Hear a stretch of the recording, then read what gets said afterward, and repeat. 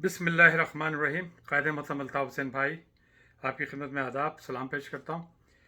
इसके साथ ही video log को देखने वाले मैं तमाम अपनी माँ बहन भाइयों बुजुर्गों दोस्तों ख़ास तौर पर महाजिर नौजवान बच्चों आपकी खिदमत में सलाम पेश करता हूँ।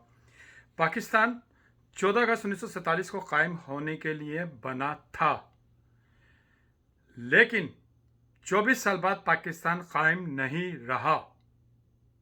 आधा पाकिस्तान टूट गया। 1971 को 93,000 फौजी और जनरल नियाजी की क़यादत में सरेंडर हुए ढाका के अंदर,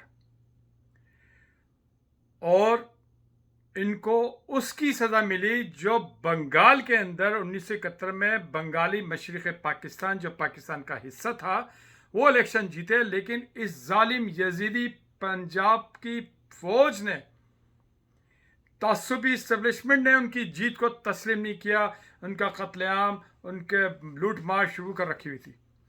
वो इस जलालत से इतने परेशान थे कि उन्होंने जीते हुए इलेक्शन 1971 को अपनी हार तस्लीम कर ली और इस जलालत से जान छुड़ाई। यानी एक ताकतवर मशरिक़ पाकिस्तान करोड़ों की ताकत ने इस जलालत, कत्लेआम, झूठ मक्कारी फौजी जनरलों के आगे अपनी शिकस्त तस्लीम कर ली जो जीत गए थे। जीत को हार तस्लीम करके अपनी जान छुड़ाई। और पाकिस्तान फिर उनको क्या सज़ा मिली? यही सज़ा मिली ना इनको, ये सरेंडर हुए, इनकी पतलून भी उतरी क्योंकि इन्होंने अच्छा नहीं किया था, सही नहीं किया था, तो अल्लाह ताला ने इनको सज़ा भी दी। अब आ जाएं दूसरी तरफ। 1978 11 जून अल्ताफ़ भाई को 11 जून 1978 को कायदे तहरीक मतलब अल्ताफ़ हुसैन भाई के दिल में एहसास हुआ, सोच पैदा हुई कि महाजिर कौम के साथ नाइंसाफ़ियाँ हो रही हैं, जुल्म व सितम हो रहा है।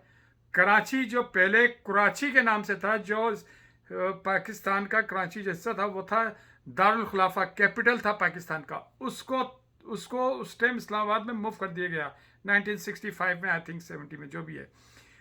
जब उसके बाद कराची को कोई जानता भी नहीं था, कराची को अब खामोशी छा गई थी।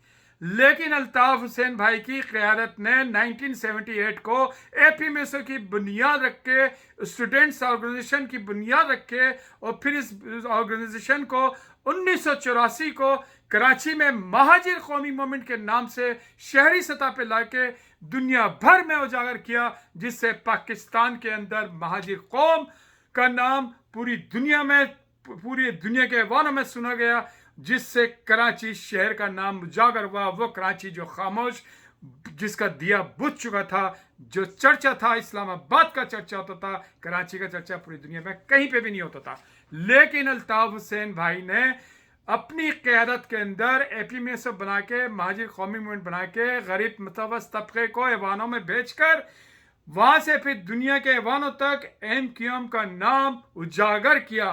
कायदे तहरीक मोहतरम अल्ताफ़ हुसैन भाई इतने मजबूत थे उस शहर के अंदर, उस खित्ते के अंदर, इस छोटे से अरसे में, कि पाकिस्तान के वज़ीर आज़म, पाकिस्तान के फौजी जनरल, पाकिस्तान के हुक्मरान साबका, हुक्के वाले बाबा नवाज शरीफ, बेनज़ीर जरदारी और मौजूदा प्राइम मिनिस्टर इमरान खान खुद अल्ताफ़ भाई को मिलने 90 गया।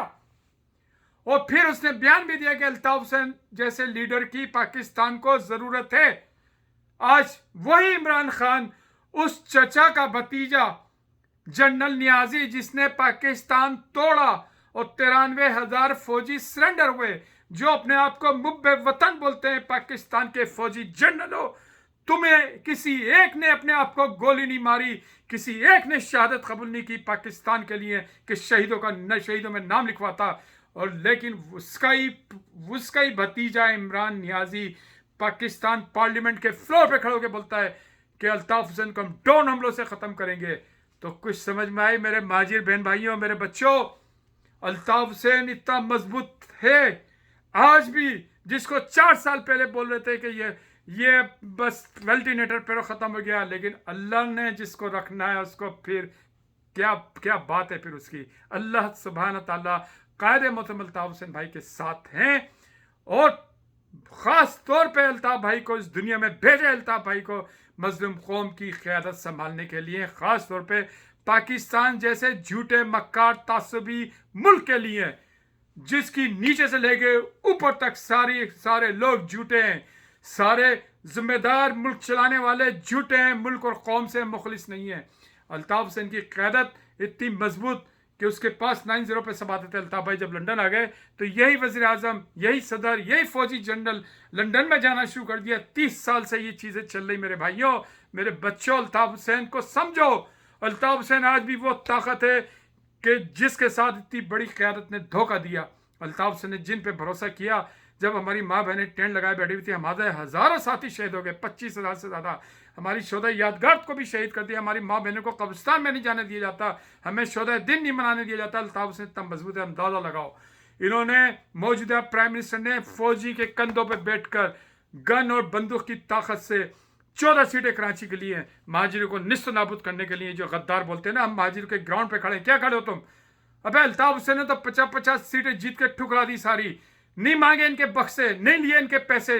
अगर अल्ताफ हुसैन को इंडिया का राह का एजेंट बनना था, पैसे चाहिए होते ना। पाकिस्तान के फौजी जनरल इतना पैसा देते हैं, कोठियां देते हैं, बंगले देते हैं, जरूरत नहीं है इंडिया से लेने की, जरूरत नहीं है किसी गैर कंट्री से पैसे लेने की, किसी का राह का एजेंट बनने की। अल्ताफ हुसैन इस्लामाबाद में बैठ के सब कुछ कर सकता था। आज इतना बड़ा होता, इतना अमीर होता इस दुनिया के अंदर कि पाकिस्तान का सबसे बड़ा अमीर बंदा होता, दुनिया का उंगलियों में जो गिने जाते हैं।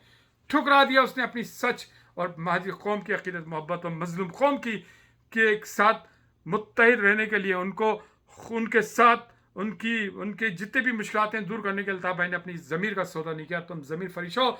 जब हमारी माँ बहनों के ऊपर, टेंट के ऊपर जब फेंके जा रहे थे, वहाँ से हमारी माँ बहनों के ऊपर गोलियाँ चलाई जा रही थी, आंसू शेल फेंके जा रहे थे, अल्ताफ हुसैन भाई ने जब ये सारी चीज़ें देखी कि 30 साल से मेरे 25,000 से ज़्यादा साथी शहीद हो गए, प्रोफेसर डॉक्टर हसन जफर आरिफ को भी शहीद किया, तो अल्ताफ भाई ने बस फिर जो अल्ताफ भाई ने बोला पाकिस्तान मुर्दाबाद, तो और क्या बोलते? जिंदाबाद बोलते। अबे जब तुम किसी कौम के बच्चों को मारोगे, शहीद करोगे 30-30 हज़ार को, तो तुम कमबख्त लोगों को, तुम बेगरतों को कौन जिंदाबाद बोलेगा? ये तुम्हारा मुल्क है, हमारा नहीं है, हमारा कोई लेना देना नहीं है, हमने बनाया था। तुमने हमारे साथ धोखा किया, महाजिर कौम के साथ, अल्ताफ हुसैन के साथ। अल्ताफ हुसैन जैसा पाकिस्तान के अभी तक कोई लीडर पैदा नहीं हुआ। अल्ताफ हुसैन आज भी ताकतवर है। महाजिरों, याद रखना है, जो ये बात करते हैं ना कि हम अल्ताफ हुसैन पर ड्रोन हमले फेंक से हमला करके इसको ख़त्म करेंगे, यकीन करना अल्ताफ हुसैन की वजह से आज तुम जिंदा हो, उस मुल्क के अंदर तुम्हारी इज्जत है। खुदा की कसम, तुम्हें कोई पूछने वाला नहीं होगा। हमारी माँ बहनें कनीज बनी होंगी, हमारे तो ये गुलाम तो बना दिया इन्होंने कौम को। जवान बच्चों को डरा के धमका के रखते हैं ये गद्दार टोले। इन्होंने धोखा दिया अल्ताफ भाई को, जिनके पर अल्ताफ भाई ने भरोसा किया, इन्होंने उनको धोखा दिया गद्दारों ने। अपने माल बना लिए हैं, करोड़पति अरबपति बन गए। 20-25 लड़के उनके साथ देते हैं जिनको उन्होंने लखोपति बना दिया है। बस वही बकवास करते रहते हैं, कुछ अमेरिका के अंदर बैठे हुए हैं, कुछ और दुनिया के हिस्सों में बैठे हुए हैं। ये गद्दार टोले पे भरोसा ना करो, अपने अल्ताफ भाई के साथ चलो। अल्ताफ भाई बोल रहे हैं कि सिंधी महाजिर मुत्तहिद हो जाओ, सिंध को बचा लो, सिंध को आज़ाद करा लो।